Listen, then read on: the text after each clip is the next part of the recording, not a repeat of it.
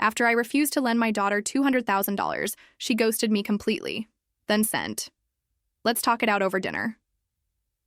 I arrived. The mood was sweet, until she dropped a contract. She said, "Sign it, or forget you ever had a daughter." I took out a document and said, "You have already been legally removed from my will and this house." But that's getting ahead of myself.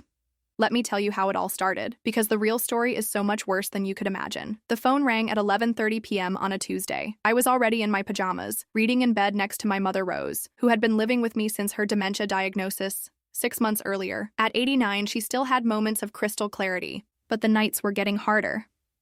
"Mom, thank God you answered." Jessica's voice was shaking, breathless. "I need your help. We're in serious trouble." I sat up straighter, my heart immediately racing. Jessica never called this late unless something was really wrong. "What happened? Is Tyler okay?" "Tyler's fine." "But Mom, we're about to lose everything." Before we continue, comment where you're watching from and subscribe to the channel. We'd love to see how far our stories are reaching. I could hear her crying now, and despite all our complicated history, my maternal instincts kicked in. David lost his job 3 weeks ago. The severance package was nothing.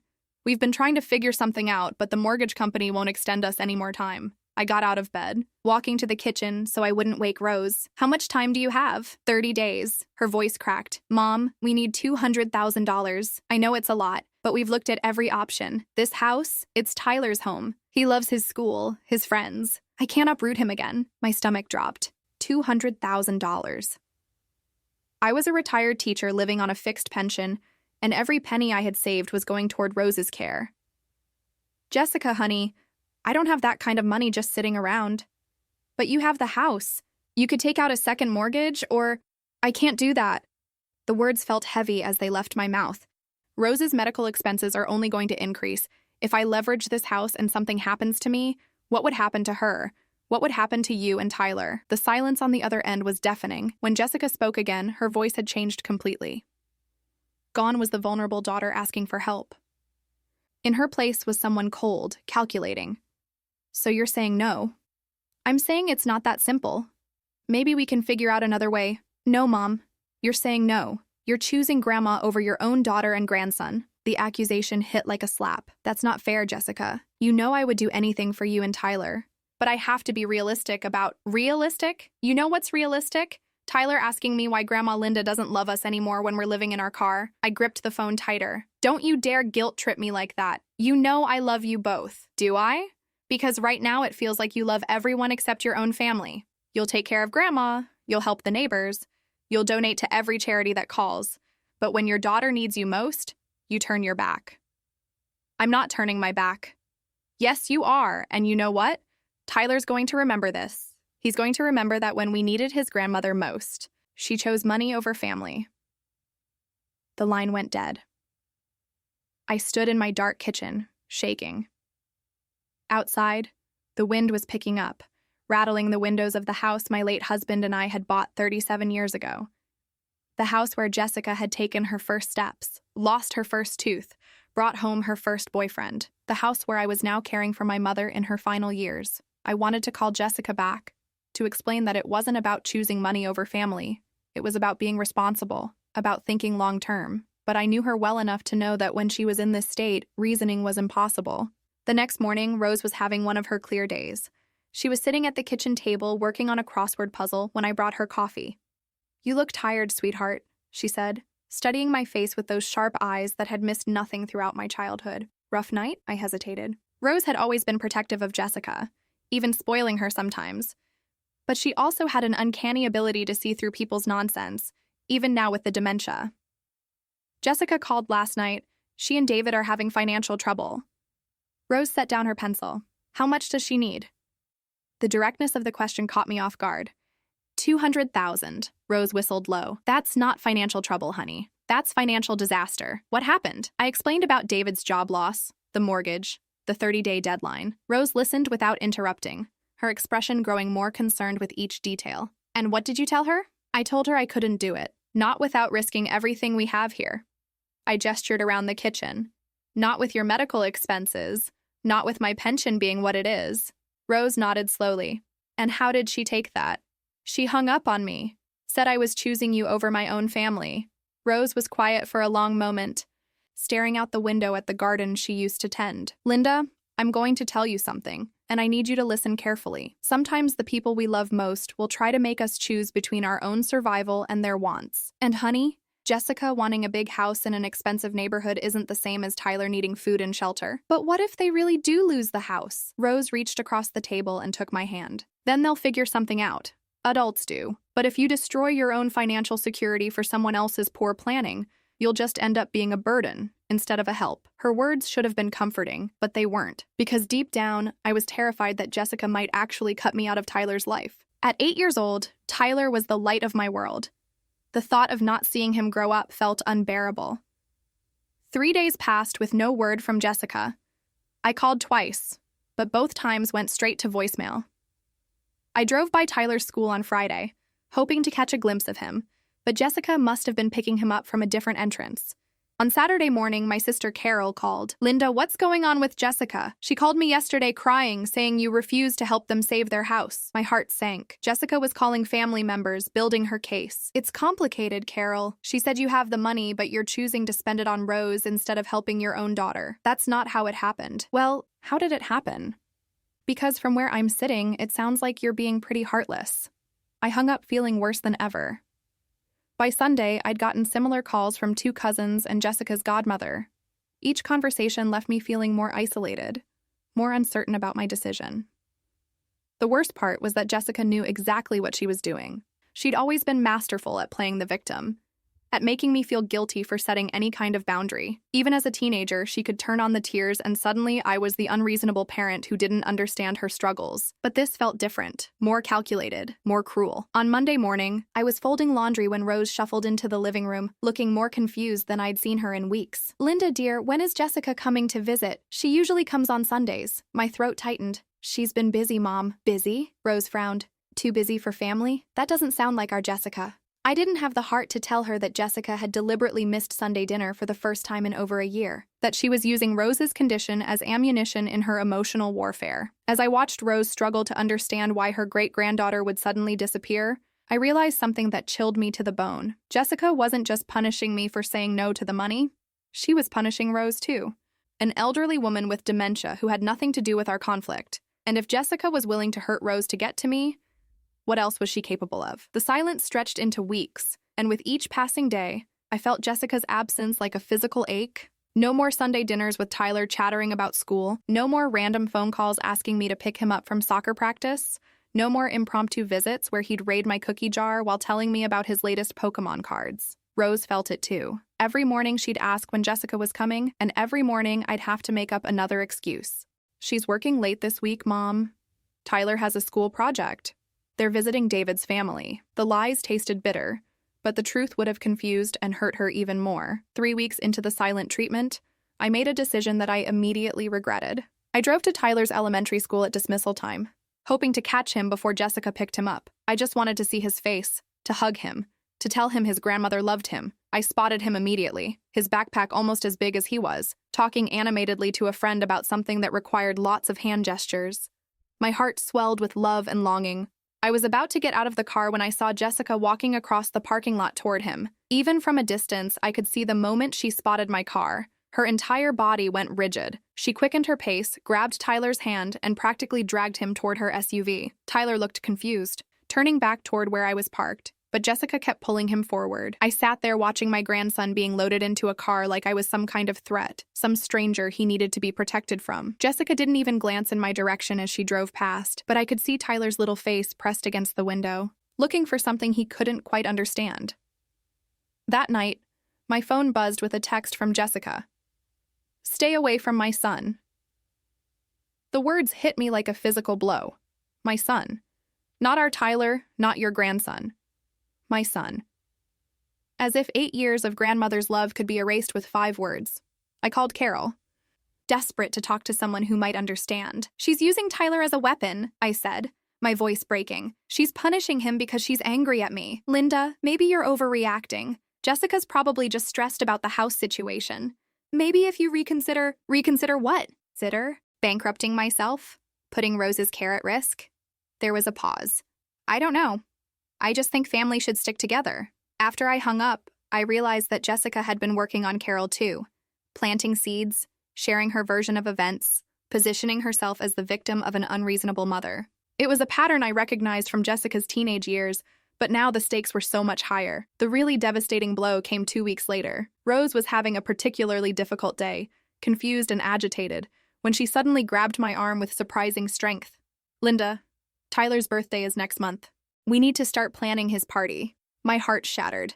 Tyler's 9th birthday was indeed coming up, and for the past 3 years, we'd hosted his party in our backyard. Rose always made her famous chocolate cake, and Tyler would spend the whole day running between the pool and the present table, high on sugar and attention. Mom, I don't think we're doing the party this year. What do you mean? Of course we're doing the party. It's tradition. Her voice was getting louder, more distressed. Tyler loves his parties here. Jessica always says it's his favorite day of the year. I didn't know how to explain that Jessica had effectively banned us from Tyler's life without sending Rose into a complete spiral. So I lied again. Maybe we'll do something different this year. Maybe they're planning something at their house. Rose studied my face with those moments of clarity that could still catch me off guard. Jessica's still angry about the money, isn't she? I was so surprised by her directness that I didn't respond immediately. Rose nodded as if my silence was answer enough. She's using Tyler to hurt you. It wasn't a question. Mom, please don't worry about this. It'll work itself out. No, it won't. Rose's voice was suddenly sharp, more like her old self than I'd heard in months. People like Jessica don't just work things out. They escalate until they get what they want. The next day, I discovered just how right Rose was. I was at the grocery store when I ran into Helen Martinez, Tyler's teacher from last year. She looked uncomfortable when she saw me, fidgeting with her cart handle. Linda, hi, how are you? I'm fine. Helen, how's your new classroom this year? Good, good. She hesitated, then lowered her voice. I hope you don't mind me asking, but is everything okay with Tyler? Jessica mentioned that there was some family trouble and that you might not be involved anymore. The words felt like ice water in my veins. What exactly did Jessica say? Helen looked even more uncomfortable. Just that there had been some issues and that Tyler might be confused if he saw you around school. She asked us to let her know if you showed up. I gripped my cart handle to keep my hands from shaking. Jessica had gone to Tyler's school and essentially painted me as some kind of threat. She was systematically cutting me out of not just her life, but Tyler's entire world. Helen, I want you to know that I love Tyler very much, and I would never do anything to hurt or confuse him. If there are family issues, they're between adults, not involving him. Helen nodded quickly. Of course. I didn't mean to imply anything. It's just, we have to follow parent requests. I understood. Jessica was Tyler's mother, and if she said his grandmother was persona non grata, the school had to respect that, even if it made no sense. That evening, I sat in Rose's room while she slept, watching her chest rise and fall in the soft glow of her nightlight. At 89, her time was precious and limited. Every day, I was grateful to be able to care for her, to make sure she was comfortable and loved in her final years. But Jessica was stealing that from both of us. Rose loved Tyler with the fierce, uncomplicated love that only great-grandparents can have. And Tyler adored her, always asking if he could sleep in Grandma Rose's big bed and begging her to tell him stories about the olden days. Now Rose was asking every day when Tyler was coming to visit, and I was running out of excuses. Soon, her confusion would turn to real distress, and Tyler would just disappear from her life without explanation. The cruelty of it took my breath away. My phone buzzed. A text from an unknown number, but I recognized the tone immediately. Hope you're happy with your choice. Tyler asked why Grandma Linda doesn't love him anymore. I told him some people care more about money than family. I stared at the message until the words blurred. Jessica was telling Tyler that I didn't love him. She was poisoning my relationship with my grandson, making him believe that his grandmother had abandoned him. At that moment, sitting in the darkness next to my sleeping mother, I realized that this wasn't just about money anymore. This was about power. Jessica wanted complete control, and she was willing to sacrifice Tyler's emotional well-being to get it. But what Jessica didn't know was that Rose, despite her dementia, was far more aware of what was happening than any of us realized, and she had been making plans of her own. 6 weeks had passed since Jessica's ultimatum, and Rose was deteriorating faster than I'd expected. The stress of Tyler's absence seemed to accelerate her confusion, and she was having more bad days than good ones. But it was during one of her increasingly rare lucid moments that she asked the question I'd been dreading. Linda, sweetheart, come sit with me. She patted the edge of her bed, where she'd been staring out the window at the garden she could no longer tend. I need to ask you something, and I need you to tell me the truth. I settled beside her, taking her papery hand in mine. Even at 89, her grip was surprisingly firm when she was determined about something. Is Jessica keeping Tyler away from us because of me? The directness of her question caught me off guard. For weeks, I'd been protecting her from the full truth, thinking her dementia made her too fragile to handle the reality of Jessica's manipulation. But looking into her eyes at that moment, I saw the sharp intelligence that had always been Rose's defining trait. Mom, it's complicated. Don't. Her voice was stern, more like the mother who'd raised me than the confused woman she'd become. Don't treat me like I'm stupid just because my mind wanders sometimes. I know Jessica asked you for money. I know you said no. And I know she's the type of person who punishes people for setting boundaries. I felt tears welling up. She thinks I chose you over her and Tyler. Rose was quiet for a long moment, processing this. And what do you think? I think I made the only responsible choice I could make. But Rose, I'm losing my grandson. Jessica's telling him I don't love him anymore. She's convinced Tyler's school that I'm some kind of threat.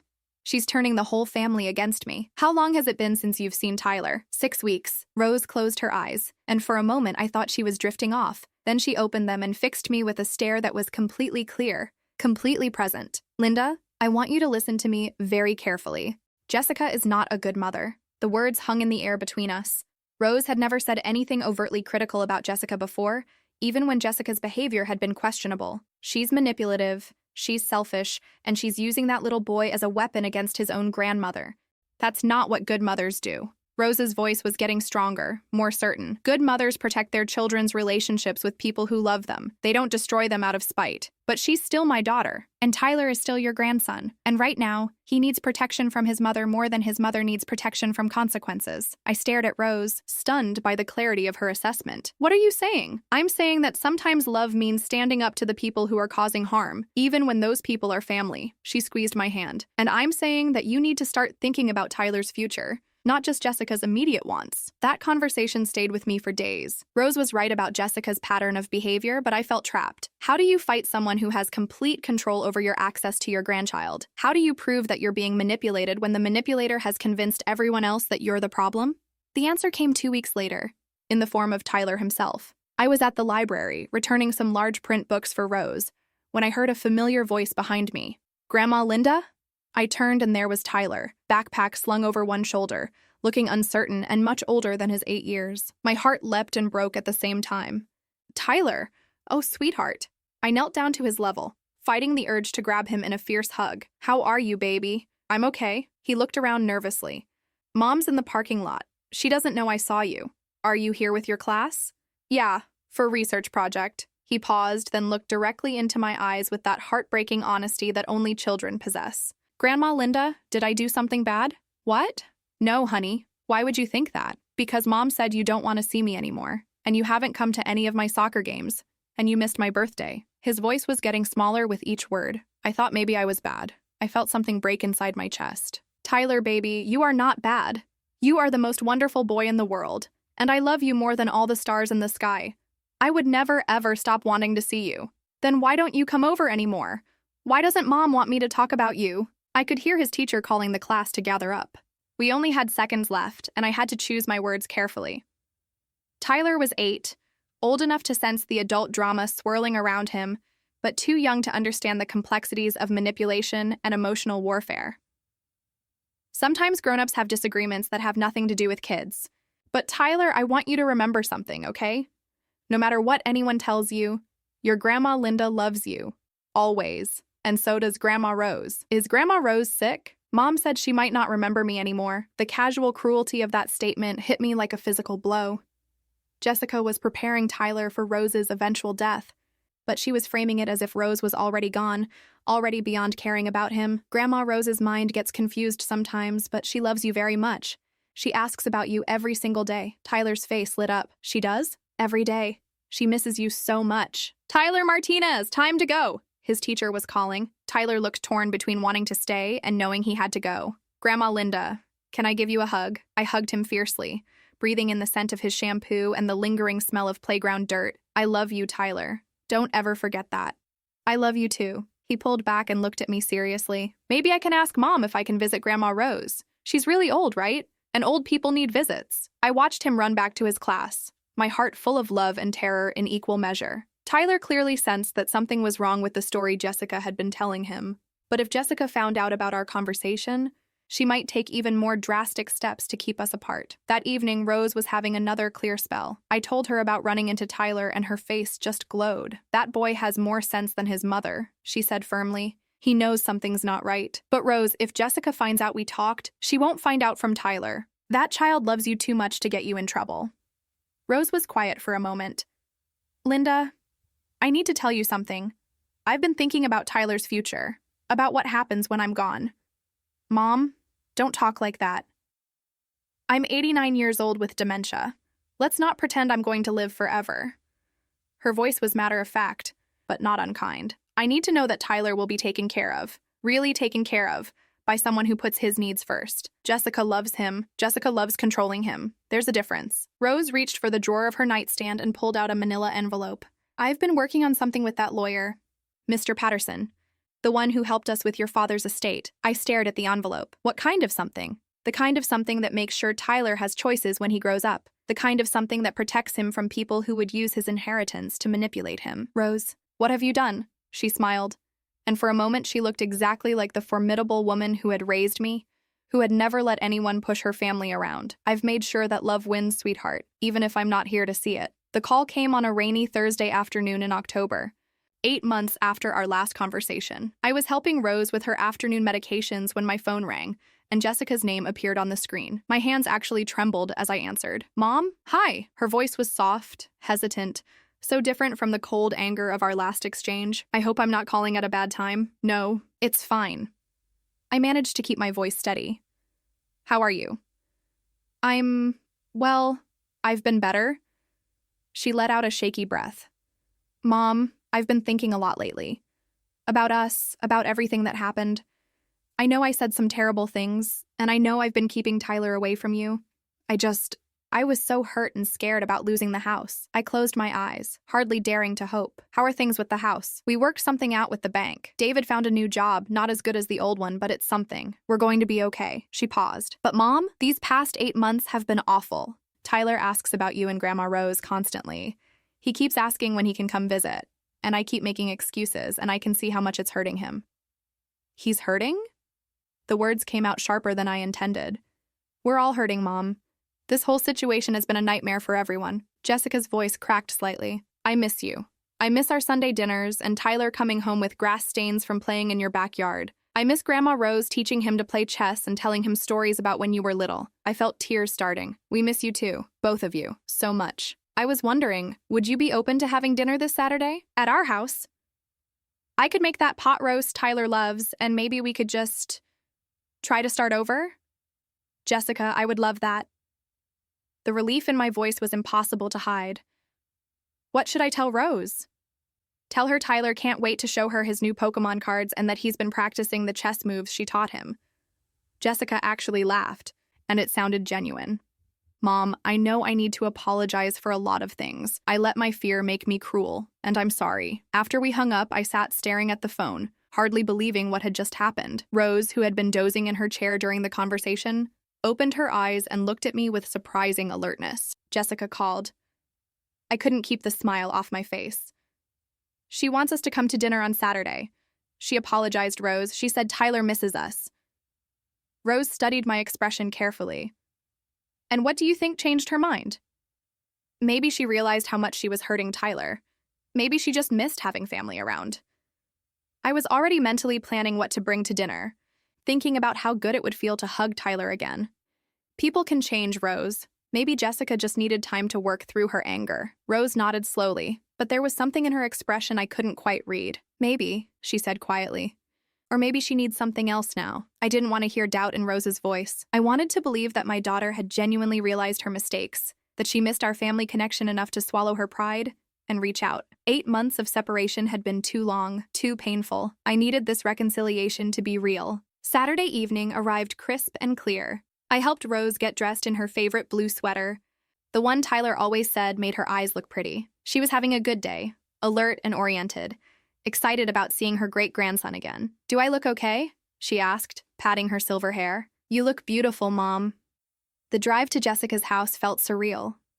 I'd driven past it so many times over the past 8 months, always slowing down, hoping to catch a glimpse of Tyler playing in the yard. Now I was actually invited back into their lives. Jessica opened the door before we could knock, and the first thing I noticed was how thin she'd gotten. She'd always been slender, but now she looked almost gaunt, with dark circles under her eyes that makeup couldn't quite hide. "Mom, Grandma Rose." She hugged us both, and I could feel how tense she was beneath the warm gesture. "Come in, please." The house looked the same, but somehow felt different. Smaller, maybe, or just sadder. Tyler came running from the living room, and my heart nearly burst as he threw himself into my arms. "Grandma Linda, I missed you so much." He was taller, his face more mature, but his hug was exactly the same fierce squeeze I remembered. "I missed you too, sweetheart. More than you know." Then he turned to Rose, and his expression became gentler, more careful. "Hi, Grandma Rose. Mom said you might not remember me, but I brought my Pokemon cards to show you." Rose's face lit up in a way I hadn't seen in months. "Tyler Christopher Martinez? Of course I remember you. You're my favorite great-grandson." "I'm your only great-grandson, Grandma Rose. That's why you're my favorite." She winked at him, and he giggled in delight. Dinner was almost like old times. Tyler chattered about school, his new teacher, his soccer team. Jessica seemed relaxed, asking Rose about her garden plans for spring, including me in conversations about Tyler's upcoming school events. For 2 hours, I let myself believe that we were a family again. It was after dessert, when Tyler had gone to his room to get ready for his bath, that the mood shifted. "Mom, can we talk for a minute?" Jessica's voice had changed, become more serious. "There's something I need to discuss with both of you." Rose and I exchanged glances. "Of course, sweetheart." Jessica left the room and returned with a manila folder. She sat back down at the dining table and placed it between us with careful precision. "I've been doing a lot of thinking over these past 8 months. About family, about responsibility, about what we owe each other." She opened the folder and pulled out several sheets of paper. "I realize I made mistakes before, asking for help in the wrong way. But the truth is, our financial situation is still precarious." My stomach began to tighten. "Jessica, please, let me finish." She held up a hand. "I'm not asking for a handout anymore. I'm proposing something more structured, more fair to everyone involved." She slid the papers across the table toward me. At the top of the first page, in bold letters, I saw Family Financial Assistance Agreement. I had a lawyer draw this up. It's a formal loan agreement for the $200,000 with a reasonable interest rate and a realistic payment schedule. The house would serve as collateral, but there are protections built in for both sides. I stared at the document, my earlier happiness evaporating. "Jessica, we talked about this. I can't." "Mom, hear me out. The terms are very generous. The payments don't start for 2 years, giving David time to establish himself in his new job. And if something happens to you, the loan gets forgiven. It wouldn't be a burden on your estate. What about Rose's care? What about—" That's the beautiful part. Jessica's voice was getting more animated, more persuasive. "There's a provision that ensures Grandma Rose gets the care she needs. In fact, this arrangement would actually give you more financial flexibility, not less." I looked at Rose, who was reading the document with surprising focus despite her condition. Her expression was unreadable. "Jessica, I need time to think about this.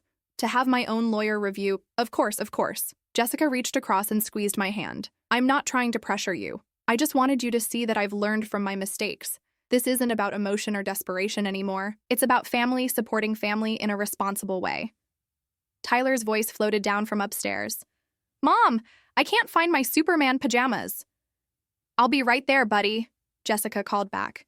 She turned to us with that soft maternal smile I remembered from Tyler's early years. "I should help him get ready for bed, but Mom, I hope you'll consider this. Really consider it. We could be a real family again." As Jessica went upstairs, Rose and I sat in silence, the contract between us like a weapon neither of us wanted to touch. "What do you think?" I asked quietly. Rose looked up at me with eyes that were completely clear, completely present. "I think," she said slowly, "that leopards don't change their spots. They just get better at hiding them." Before I could ask what she meant, Jessica was back downstairs, Tyler trailing behind her in his Superman pajamas after all. "Grandma Linda, will you read me a story?" Tyler asked, climbing into my lap. "Of course, sweetheart." But as I read to my grandson, Jessica's contract sat on the dining table like a threat, and I couldn't shake the feeling that Rose was right. This dinner, this reconciliation, this careful legal document, it was all too perfectly orchestrated. Jessica hadn't changed. She'd just gotten smarter about getting what she wanted. 3 days after the dinner, Jessica called again. This time, her voice carried none of the warmth from Saturday evening. "Mom, I need an answer about the loan agreement." I was helping Rose with her morning routine, brushing her silver hair while she worked on a crossword puzzle. "Jessica, I told you I needed time to review it with my own attorney." "How much time?" "Because honestly, Mom, I'm starting to feel like you're just stringing me along again." The accusation stung. "I'm not stringing you along. This is a major financial decision. It's a loan, Mom, with interest, with collateral. I'm not asking for charity anymore." Her voice was getting sharper. "But if you're not interested in being part of this family's future, then just say so." "That's not fair, Jessica." "You know what's not fair?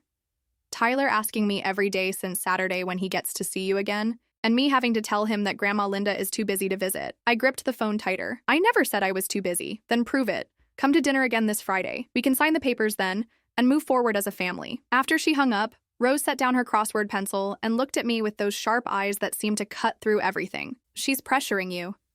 She wants an answer. That's reasonable. Linda, sweetheart, I may be old and confused most days, but I know manipulation when I see it." Rose turned in her chair to face me fully. "That contract is a trap." "You read it?" "I read enough. All those protections she mentioned? They protect her, not you. If you can't make the payments for any reason, she gets this house. If you die, the loan is forgiven. But guess who inherits everything anyway?" Rose's voice was steadier than I'd heard it in weeks. "She's not looking for a loan, Linda. She's looking for a way to get your assets without looking like the bad guy." I wanted to argue with her, but deep down, I knew Rose was right. The timing was too convenient, the legal language too carefully crafted. Jessica had spent 8 months planning this, not grieving the loss of our relationship. Friday evening came too quickly. This time, when we arrived at Jessica's house, the atmosphere was different from the start. David was there, looking uncomfortable, barely making eye contact. Tyler seemed subdued, less chatty than he'd been 3 days earlier. Dinner felt forced, the conversation stilted. Jessica kept glancing at her watch, and I could feel the tension building toward whatever moment she had planned. "Tyler, why don't you go get ready for bed?" Jessica said as soon as the dishes were cleared. "Grandma Linda will come up and say goodnight in a few minutes." Tyler looked confused. "But it's only 7:30. Can I stay up and play chess with Grandma Rose?" "Not tonight, buddy. It's been a long week." After Tyler reluctantly went upstairs, Jessica pulled out the same manila folder from our previous visit, but this time she also had a pen ready. "I've made a few adjustments based on our conversation," she said, sliding the papers toward me. "The interest rate is even lower now, and I've extended the grace period to 3 years instead of 2. I glanced at Rose, who was studying Jessica with an expression I couldn't quite read. "Jessica, I've been thinking about this a lot." "Good. Then you can see what a fair deal this is." Jessica's smile was bright, but her eyes were hard. "Mom, this is our chance to rebuild our relationship on solid ground. No more misunderstandings, no more hurt feelings. Just family taking care of family." "But what if I can't?" "You can. I've done the math. Even with Grandma Rose's medical expenses, you have enough equity in this house to make it work." Jessica leaned forward. "And think about Tyler. This would secure his future too. We could start a college fund.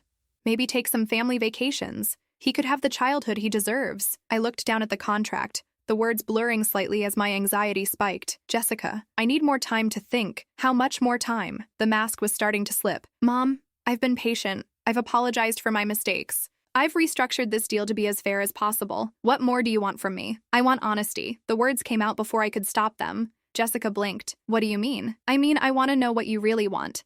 Because this doesn't feel like it's about family unity or fair loan terms. This feels like—" I struggled to find the right words. "This feels like you've been planning something for months." The silence that followed was deafening. David shifted uncomfortably in his chair. Rose sat perfectly still, watching Jessica's face. "I can't believe this," Jessica said finally, her voice dropping to a dangerous whisper. "I invite you back into our lives. I apologize for my mistakes. I offer you a completely fair business arrangement. And you're accusing me of what exactly? Running some kind of con? I'm not accusing you of anything. I'm just saying I need more time." "No," Jessica stood up abruptly. "No more time. I'm done walking on eggshells around you, Mom. This is it. Sign the papers tonight or don't.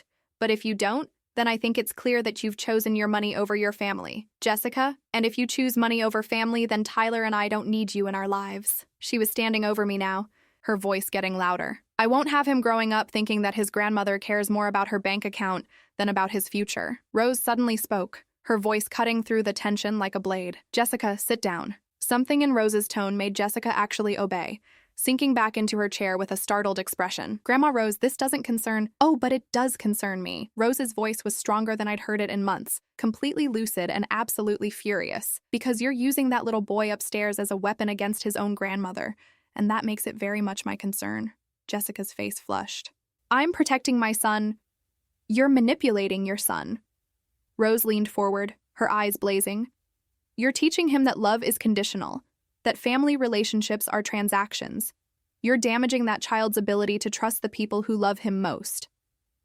Grandma Rose, I think your condition is making you confused about my condition? Rose laughed, but there was no humor in it. Oh, sweetheart, I may forget where I put my glasses, but I remember everything about people like you. You're just like your father. Jessica went white. Don't you dare. Your father was a charmer too. Could turn on the tears, make everyone feel sorry for him, convince people that helping him was really helping themselves. Rose's voice was relentless. And just like you, he was never satisfied. There was always one more crisis, one more emergency, one more reason why other people owed him something. That's not what this is, isn't it? Rose reached into her purse and pulled out a folded piece of paper. Because this is interesting. It's a credit report on you and David printed 3 days ago. Jessica's face went from white to gray. How did you— You're not in financial trouble anymore, are you, Jessica? David's new job pays more than his old one. You've paid off most of your debts. This house isn't in foreclosure. Rose unfolded the paper slowly. You just want Linda's money. You want her house. And you're using Tyler to get it. The room went completely silent. I stared at Rose, then at the paper in her hands, then at Jessica's stricken face. How long have you known? I whispered. Rose met my eyes. I've suspected for weeks, but I had to be sure before I said anything. Jessica suddenly lunged for the paper, but Rose was surprisingly quick, pulling it out of reach. Give me that! You had no right— I had every right to protect my daughter from being scammed by her own child. Rose's voice was ice cold. Sign it tonight or don't, Jessica, but make your choice knowing that we know exactly what you are. Jessica stared at us both, her careful facade finally cracking completely. When she spoke again, her voice was full of venom. Fine. You want to know what I really think? I think you're both pathetic. Mom, you're a lonely old woman so desperate for family that you'd rather take care of a senile stranger than help your own daughter build a real life. Jessica, I gasped. And Grandma Rose, you're just a bitter old woman who can't stand the thought that someone might be smarter than you. Jessica was on her feet again, pointing at both of us. You want to play games? Let's play games. Tyler's my son, and if you think you can turn him against me, you're wrong. She walked to the bottom of the stairs and called up. Tyler, come down here, buddy. Grandma Linda and Grandma Rose are leaving now. Tyler appeared at the top of the stairs in his pajamas, looking confused and worried. But Mom, I thought they were going to read me a story. Not tonight, sweetheart. They have to go home. When will I see them again? Jessica looked directly at me when she answered. I don't know, Tyler. That depends on whether they decide they want to be part of our family or not. As Tyler's face crumpled in confusion, I realized that Rose had been right about everything. This hadn't been about money or family unity. It had been about control. And now that Jessica's plan had failed, she was going to make sure Tyler paid the price. The drive home that night was silent except for the sound of my tears. Rose sat beside me, her credit report still clutched in her hands, looking more alert and determined than I'd seen her in months. How long have you been investigating Jessica? I finally asked. Since the day she called asking for money. Rose's voice was matter of fact. I may have dementia, Linda, but I'm not stupid. I've seen this pattern before with your father. The desperation, the manipulation, the way they always have just one more crisis that only you can solve. You never told me Dad was like that. You were too young to understand then. And later, after he died, what was the point? But Jessica, Rose shook her head. Jessica learned all his tricks and improved on them. Back at the house, I helped Rose to her room, but she wasn't ready to sleep. Sit with me, she said, patting the edge of her bed. There's more we need to discuss. I settled beside her, emotionally drained from the evening's revelations. Rose, what are we going to do? She's going to keep Tyler away from us forever now. No, she's not. Rose reached into her nightstand drawer and pulled out a thick manila envelope. Remember when I told you I'd been working with Mr. Patterson on something? I nodded, suddenly alert. I've been preparing for this day for months, Linda. I knew Jessica would eventually show her true colors, and I knew you'd need protection. Rose opened the envelope and pulled out several official-looking documents. This is my new will. I stared at the papers. Rose, you don't need to— Hush. Listen carefully. Rose put on her reading glasses, transforming from confused elderly woman to sharp matriarch in an instant. I'm leaving everything, my savings, my investments, my portion of this house, in a trust for Tyler. But not just any trust. She handed me the first document. It's an educational trust that Tyler can't access until he's 25, and only if he maintains a relationship with you. Jessica can't touch it, can't borrow against it, can't use it as leverage. Rose, that's hundreds of thousands of dollars. It's $430,000 to be exact. Rose smiled with satisfaction. Your father wasn't completely useless. He did leave me well provided for. I read through the document, amazed at the thoroughness of the provisions. But what if Jessica prevents Tyler from seeing us? What if she moves away? That's the beautiful part. Rose pointed to a specific clause. The trust includes provisions for a court-appointed guardian ad litem if there's evidence that Tyler is being kept from his benefactors without cause. Mr. Patterson assures me that what Jessica did tonight, cutting off contact as punishment for our refusal to give her money, would qualify. I looked up at Rose, hardly believing what I was hearing. You've been planning this for months? I've been protecting Tyler for months. There's a difference. Rose's expression grew serious. Linda, I won't be here much longer. We both know that.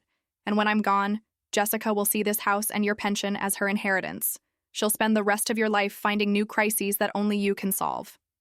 But if Tyler can't even visit— Oh, he'll visit. Rose's eyes gleamed with something that looked almost like mischief.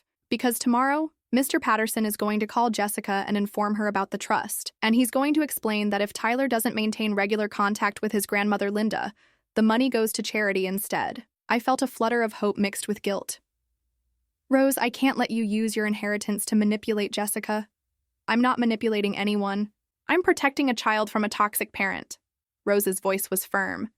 Jessica has been using Tyler as a weapon. Now Tyler becomes her motivation to behave like a decent human being. What if she just tells Tyler about the money? What if she tries to turn him against us anyway? Rose smiled.